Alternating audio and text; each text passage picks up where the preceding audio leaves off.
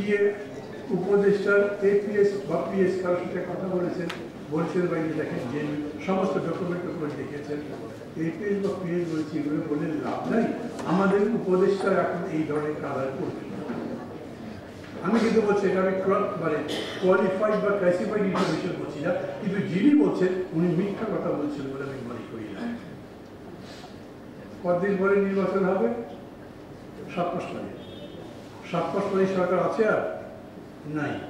এই সরকারকে কোথাও খুঁজে পাবেন? আপনার কোনো দরকার লাগলে তাদের কাছে পাবেন।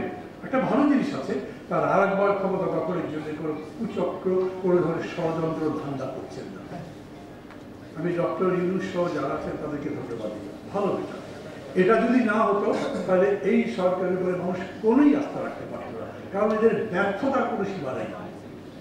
এরা কোনো জিনিস ঠিক মতো সোজা করতে পারেনি, দাঁড় করাতে পারেনি, নিয়ম শৃঙ্খলা আনতে পারেনি।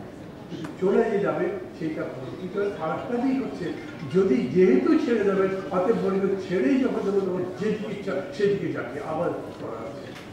তাহলে আমি একইভাবে বলছি, আজকে এই যে অধ্যাদেশ নিয়ে আমরা কথা বলছি, সেই অধ্যাদেশ সম্পর্কে তাদের শোনা কথা।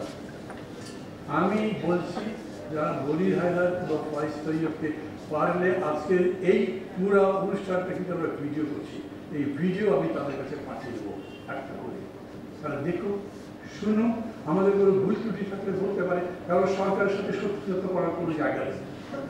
এই সরকার আমাদের পথে কোথাও দাঁড়াচ্ছেন এখন পর্যন্ত দেখছি না। অদৃশ্যভাবে কোনো জিনিস যদি কাজ করে তা তো বলতে পারবো না।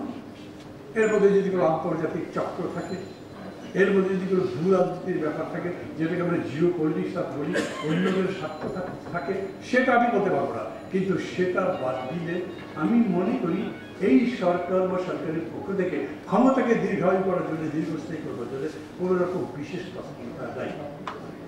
অতএব তারা চলে যাবেন এবং যাবেন যে এই যাওয়াটাটা ভালো সম্মানের সাথে করে যাক, সেই কাজটা হলেই ভালো। একটাই কাজ, এই যে সংস্কার এত কথা হয় না। ধরেন আপনাদের যদি জিজ্ঞেস করি, বলেন তো ভাই কোন সংস্কারটা হয়েছে? একটা বলেন যে এই সংস্কার এই সরকার করেছে। সরকার কিন্তু বলতে পারে না, আমাদের আলোচনা তো শেষই হয়নি, যাতে ঐক্যবদ্ধ গড়েই ওঠেনি, এটা যা যা গড়ব তারপরে আমরা করব। তার মানে 1 বছর কোনো কাজই করেন নাই, বাকি সময় যে আলোচনাগুলো চলছে, ভাই বলবেন না আমি সেখানে প্রথম দিকে তো রেগুলার গেছি, এখন হঠাৎ যাই, কারণ মনে হয় গিয়ে খুব লাভ দেয়।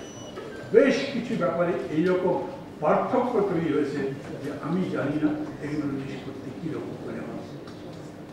এখন ক্লিয়ার হবে কি হবে না? আমি বলবো হবে, নদী ভাই বলবে দরকার নেই। কি দাঁড়াবে? দরকার নেই যে তো থাকবে, কারণ ঐক্যমত্য না হলে প্রফেসর ইউনূস বলেছেন কোনো কিছু আমি চাপিয়ে দেবো না। এনিওয়ান যদি বলে no I will support this, তার মানে এটা কার্যকরী হবে। এই পরিস্থিতিতেই যখন রেখেছেন তখন সবচাইতে বড় সংস্কার করতে হতো, যেহেতু তারা পারছে না, 1 বছরে পারেনি।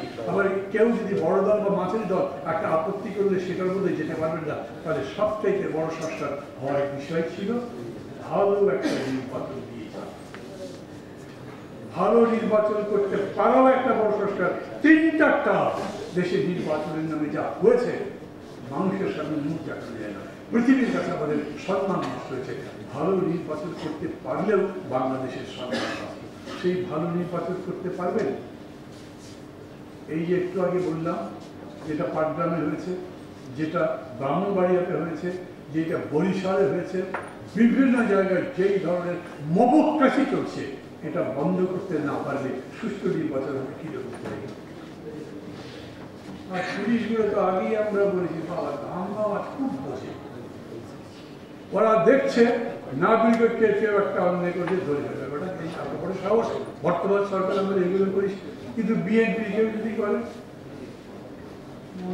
আজকে ধরবো 6 মাস পরে বেরোলে আমার চাকরি থাকবে কিনা, কারণ 6 মাস পরে ক্ষমতা কে যাবে।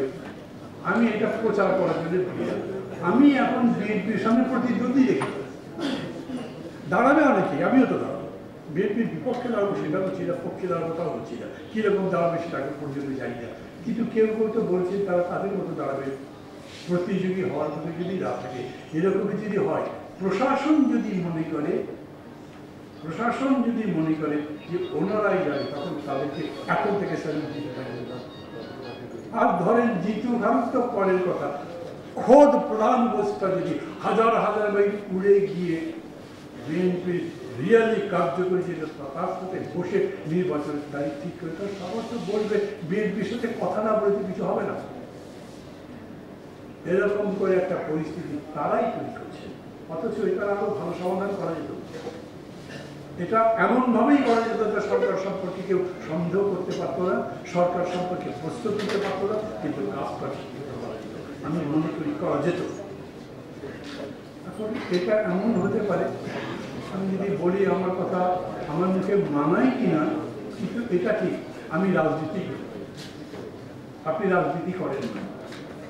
সাকিব আল হাসানকে যদি ফুটবল খেলতে যাবে, এদের খুব ভালো খেলতে পারে, যার যেটা কাজ, যিনি যেটা করেন সেটা কি করেন। আমি এরকম করে বলি, হোসেন মোহাম্মদ এরশাদ রাজনীতি করতেন না, এবার জিয়া রহমান তো রাজনীতি করতেন না, কিন্তু দেখেন জিয়া রহমান এমন একটা দল করে গেছেন, আজ সেটা দেশের সবচেয়ে বড়। উনি পারলেন আর আপনি পারেননি। আপনি যখন পারেননি তখন যারা এসব বোঝে তাদের সাথে কথাবার্তা বলেন, বুদ্ধি পরামর্শ নেন, সবার কথা মতো চলে। আপনি ওই সংস্কারের ব্যাপারে ঐক্যবদ্ধ করবার জন্য জানতে দিচ্ছেন, নির্বাচনের তারিখ ঠিক করার ব্যাপারে কেন ঐক্যবদ্ধের চেষ্টা করবেন না? এই যে সাইবার সুরক্ষা অধ্যাদেশের কথা বলছে না, সেইটা সম্পর্কে আমরা আপত্তি করছি। এখানে যতজন বক্তৃতা করেছে, এটা তো বাংলাদেশের প্রায় ভয়েস বলতে পারে, অল দি পলিটিক্যাল পার্টি, একদম সবার কথা বলছি না, কিন্তু প্রায় অধিকাংশ জায়গায় আসছে কথা বলেছে।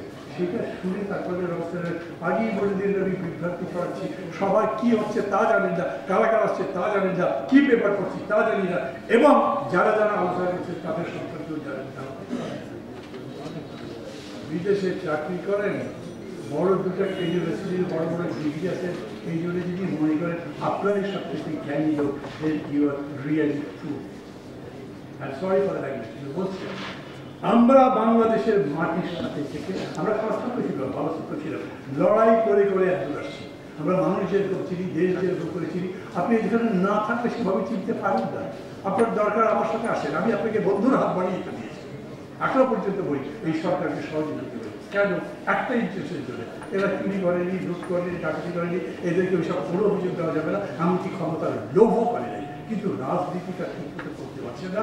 সব থেকে বড় রাজনীতিটা অ্যাডমিনিস্ট্রেশন, দেশ চালানোর মধ্যে সব থেকে বড় রাজনীতি, নির্বাচন অনুষ্ঠান করবে সেটা বড় রাজনৈতিক যজ্ঞের মতো, সেটাকে রাজনীতিকভাবেই দেখা দরকার, মোকাবেলা করা দরকার, তাহলে এটা করতে পারবে।